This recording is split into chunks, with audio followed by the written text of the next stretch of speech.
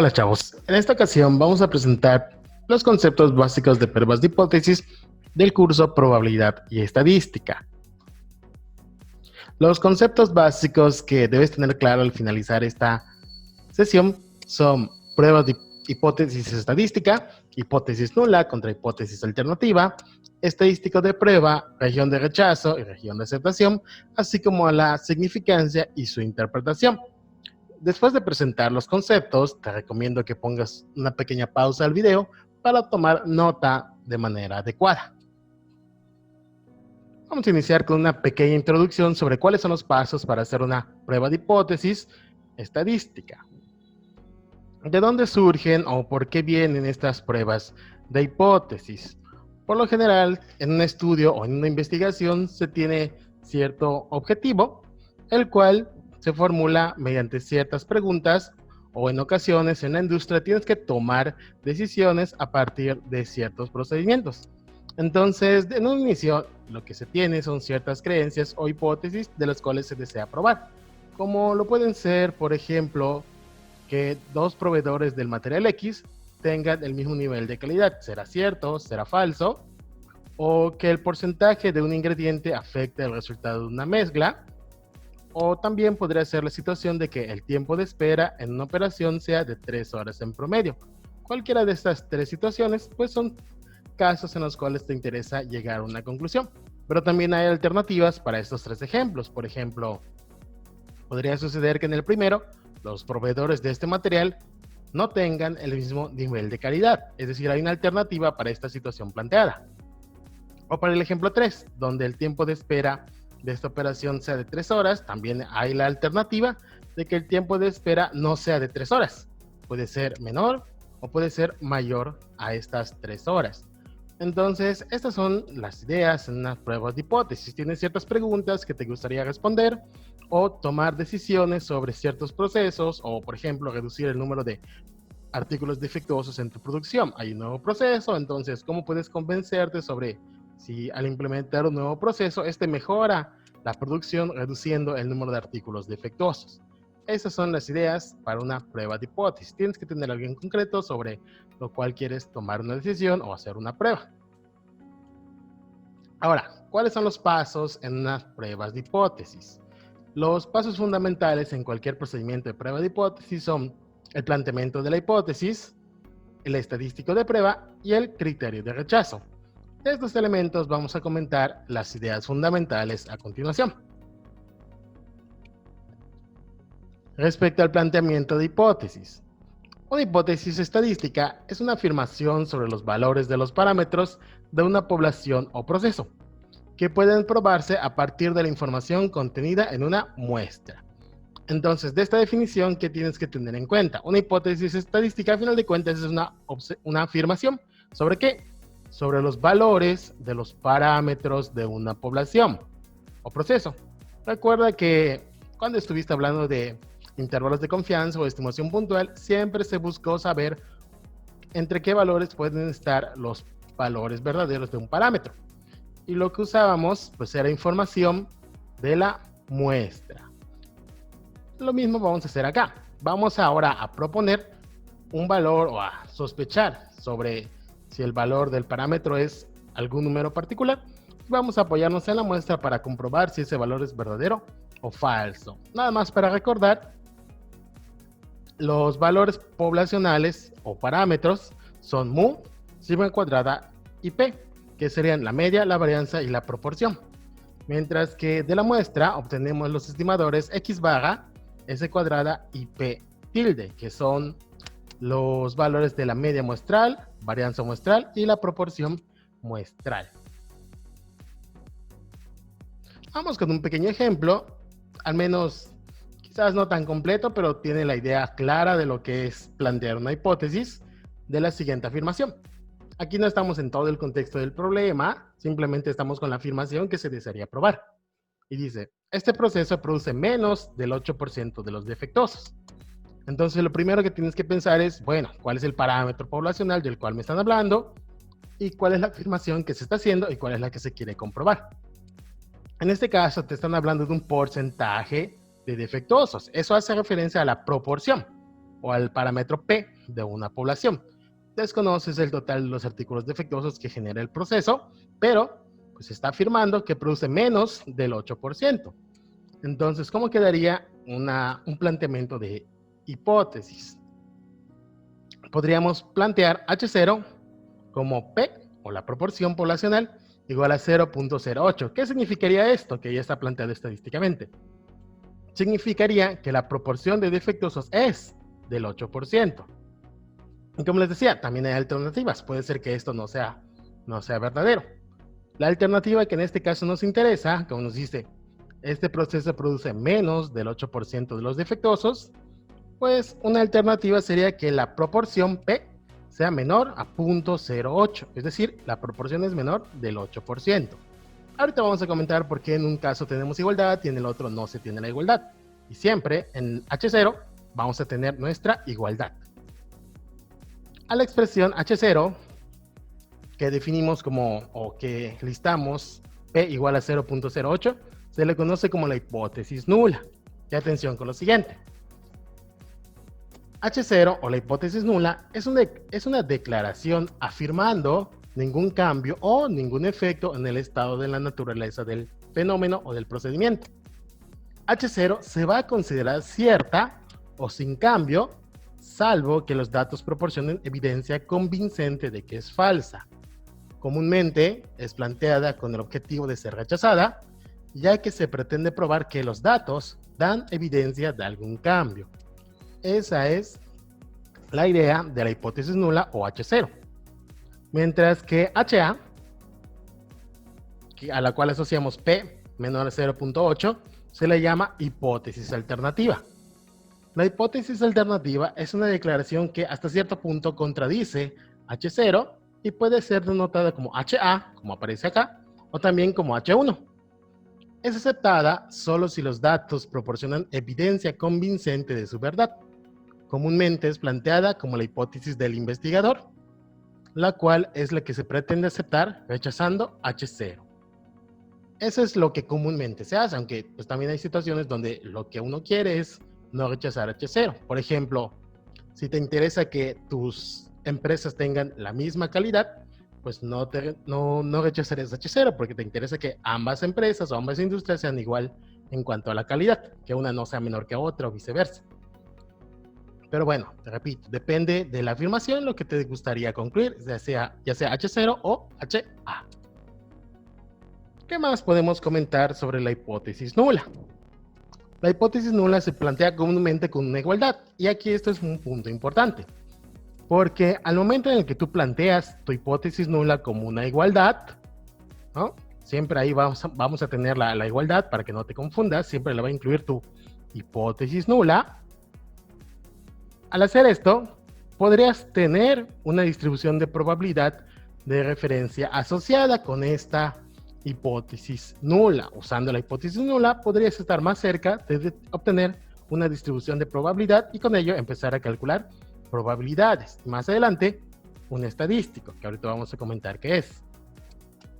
La estrategia, a final de cuentas, para probar una hipótesis, es suponer que la hipótesis nula es verdadera. Esta es una suposición importante, suponer que la hipótesis nula es verdadera, y en caso de ser rechazada por la evidencia de los datos o muestra, aceptarías la hipótesis alternativa. Pero de inicio, vamos a suponer que la nula es verdadera para poder tener esta distribución de probabilidad. Y en caso de rechazarla, pues estaríamos aceptando la hipótesis alternativa. Aquí también vamos a comentar cómo voy a hacerle para saber si la rechazo o no la rechazo y qué concluir de manera adecuada. Vamos con otro ejemplo, uno más, sobre el planteamiento de las hipótesis. Ahora, vamos a pensar que la afirmación a probar es la siguiente. Este proceso produce 8% de defectuosos. Entonces, esa es la afirmación que a ti te interesa probar. Obviamente tienes que ver cómo queda H0, cómo queda HA. Recuerda que H0 siempre incluye la igualdad. Entonces, en este caso, H0 sería la proporción de defectuosos es 0.08, como quedó hace rato. Pero la alternativa, ¿cuál sería? Ahora no te están diciendo que sea menor, que sea mayor. Entonces tendrías dos situaciones que se plantean como HA. definida como la proporción distinta de 0.08, es decir, que puede ser mayor o puede ser menor. Cuando planteamos que un parámetro es diferente de cierto valor, tenemos dos alternativas: que el valor verdadero de tu parámetro sea menor o que sea mayor. Y ahí tendrías estas hipótesis relacionadas con esta afirmación.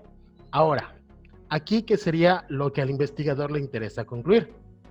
En esta modalidad de hipótesis planteadas, lo que le interesa concluir al investigador es H0, porque fíjate que está afirmando que el proceso produce 8% de los defectuosos, es decir, H0. Esa es la que le interesaría concluir al investigador, es decir, no quiere rechazar H0 en este caso.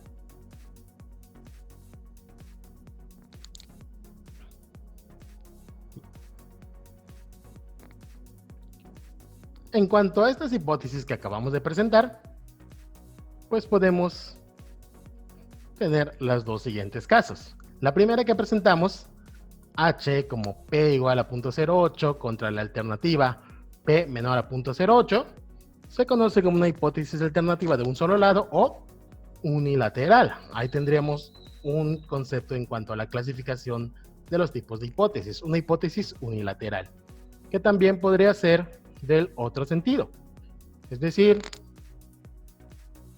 hacia el sentido opuesto, P mayor que 0.08. Ahí tendrías otra hipótesis unilateral. Mientras que en la otra hipótesis alternativa que vimos en el ejemplo, donde se plantea una desigualdad, y como vimos o se comentó en su momento, el valor verdadero puede ser menor o puede ser mayor, es decir, algunos de los casos unilaterales, pero cuando planteas en la alternativa una diferencia, a esta hipótesis se le conoce como hipótesis alternativa de dos lados o de dos colas o hipótesis bilateral, porque tienes dos posibles alternativas para esta situación.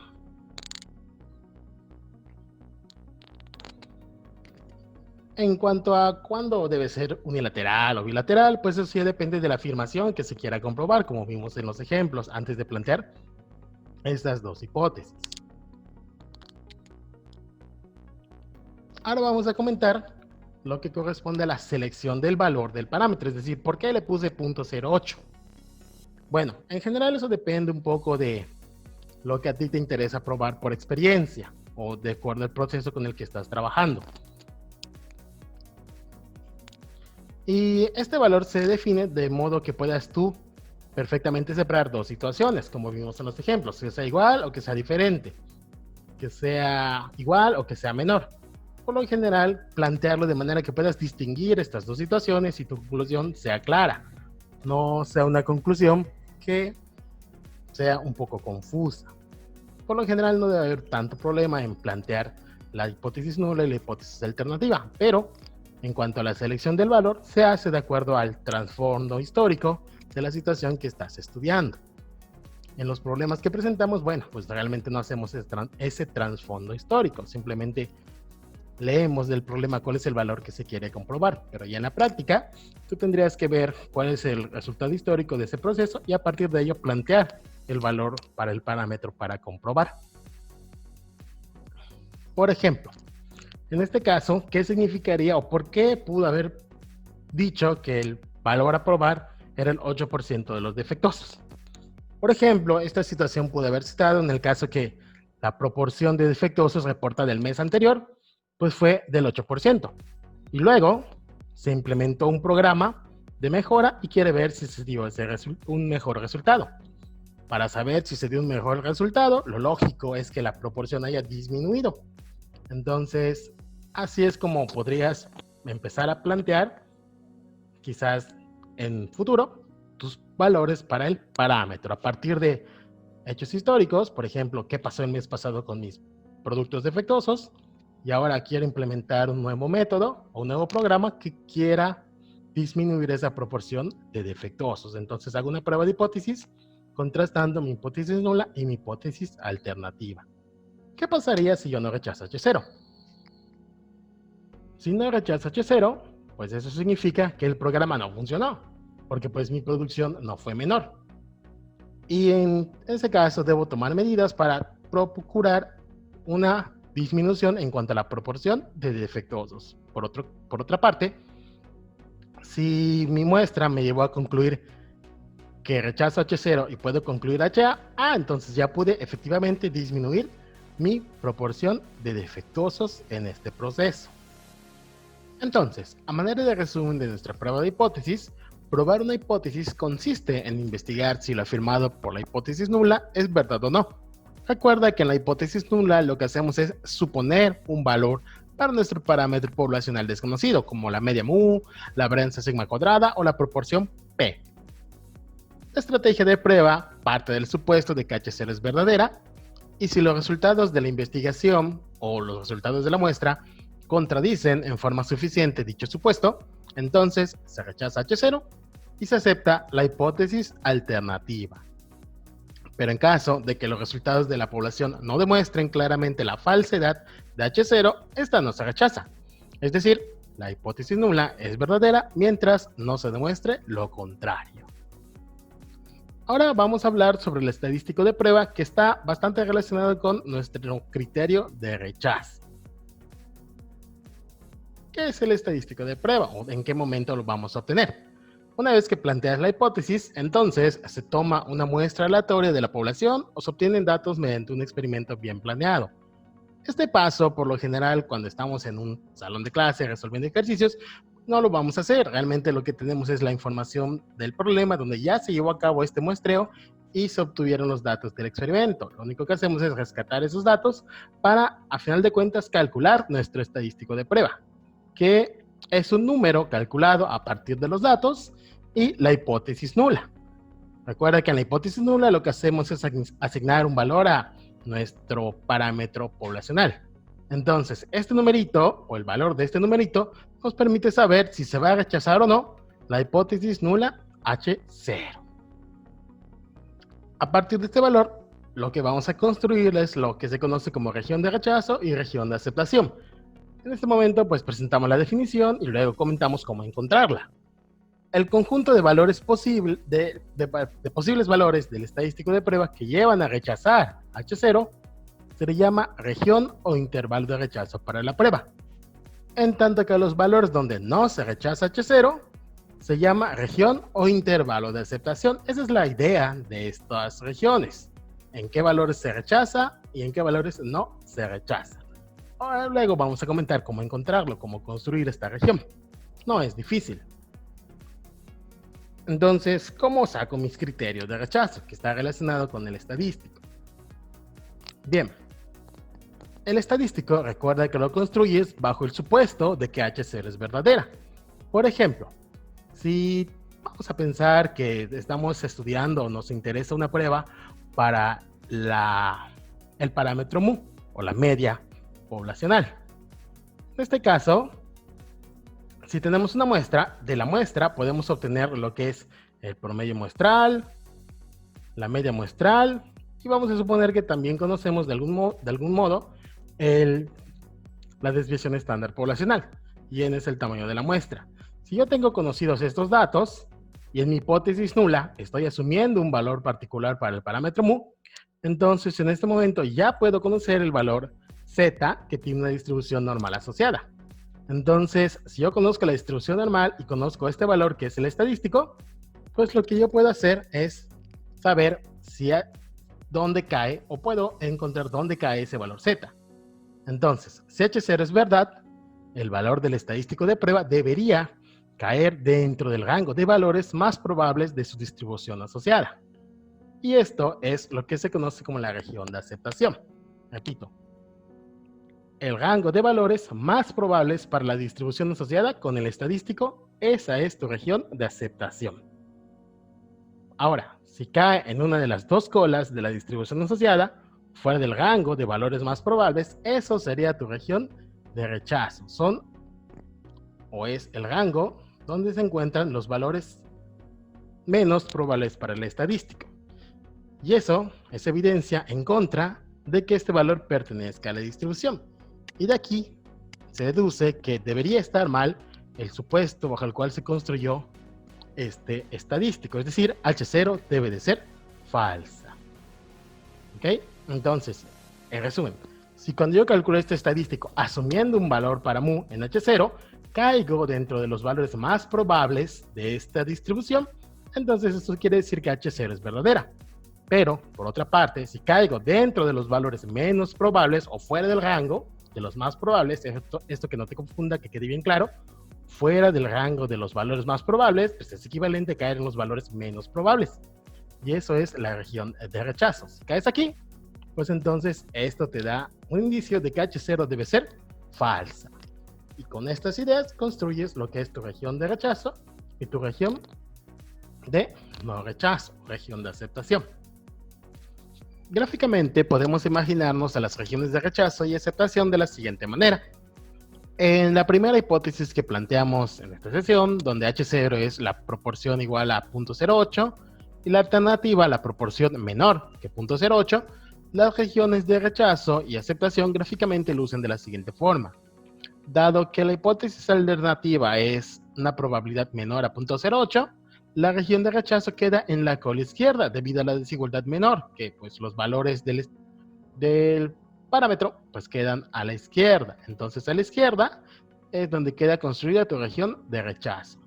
Nota también en este momento que aparece este Z alfa sobre 2, que lo que te denota es un valor crítico dentro del rango de valores de la distribución, de tal modo que a la izquierda, recuerda, queda un área de alfa en la cola izquierda. Entonces, nuevamente, en resumen, para una prueba unilateral, la región de rechazo queda en una cola. Si la desigualdad hubiese sido en el otro sentido, es decir, P mayor a 0.08, la región de rechazo hubiese quedado en la cola derecha.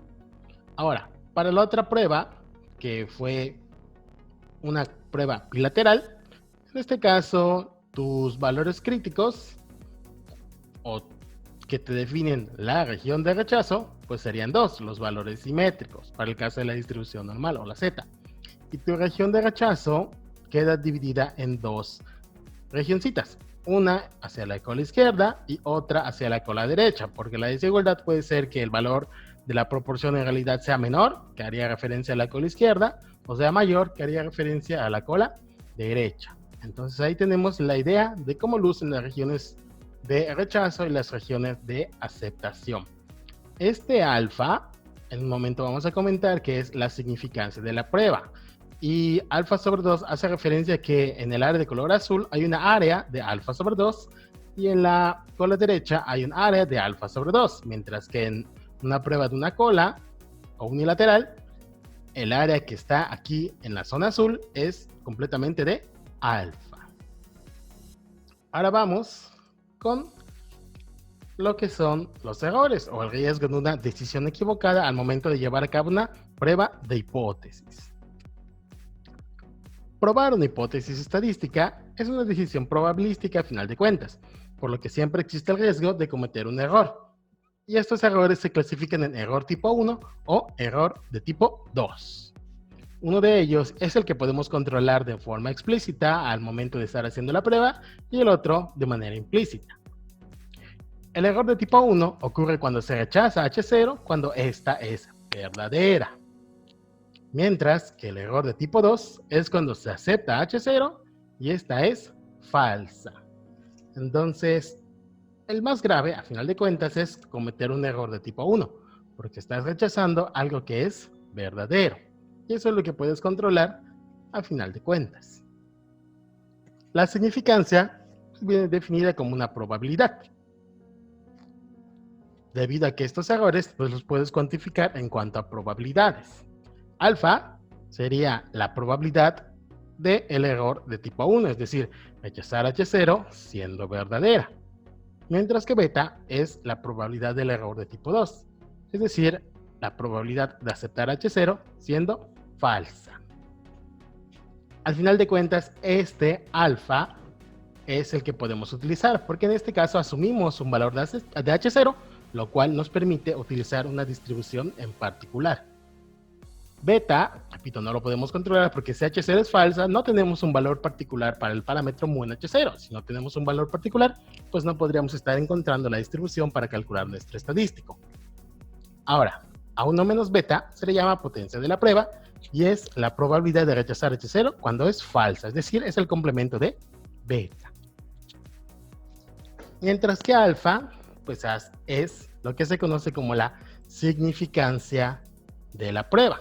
Y es, aquí está, la probabilidad de la región o intervalo de rechazo. Eso es la significancia, la probabilidad de la región o el intervalo de rechazo. Y su valor se especifica desde que se plantea la prueba. Por lo general, el valor de la significancia es del 5% o del 1%, equivalentemente 0.05 o 0.01. Y si es de una cola, entonces toda esa probabilidad estaría en la cola izquierda o en la cola derecha. Si es de dos colas, la mitad está en la cola izquierda y la mitad está en la cola derecha. Y lo que harías con esa probabilidad es encontrar el valor crítico para saber si tu estadístico cae en la región de rechazo o no. Ahora, respecto a la significancia, ¿qué significa o cómo se interpreta? Por ejemplo, utilizar una significancia de alfa igual a 0.05 significa que por cada 100 veces independientes que se aplica el procedimiento y se rechaza H0, se esperaría que en un promedio de 95 veces la decisión haya sido la correcta. Esa es la interpretación de la significancia de 0.05. Por lo general, en las pruebas de hipótesis se especifica el valor de alfa y se diseña la prueba de tal forma que el valor de beta sea pequeño. ¿Cómo consigues esto? Bueno, la probabilidad de error tipo 1 la controlas directamente, como les comentaba, mientras que la probabilidad del error tipo 2 se controla de manera indirecta con el tamaño de muestra. Si tienes más datos, la probabilidad o el valor beta será mucho menor. En la práctica, pues suele ser más delicado cometer un error de tipo 1 que el error de tipo 2. ¿Por qué? Porque el rechazar H0 implica objetar algo que se acepta de manera convencional, es decir, rechazar lo que venías haciendo antes. Mientras que no rechazar H0 significaría seguir como hasta ahora, es decir, digamos que no hubo una mejora en el proceso que estabas implementando. Por eso es común que se controle solo el error de tipo 1, mientras que el error de tipo 2 se deja libre, como si su magnitud no importara.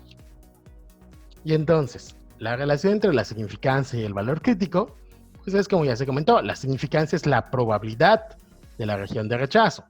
Y a partir de esa probabilidad, te vas al rango de tu distribución y lo que haces es buscar o identificar cuál es el valor crítico que te divide o define más bien tus regiones de rechazo y de aceptación.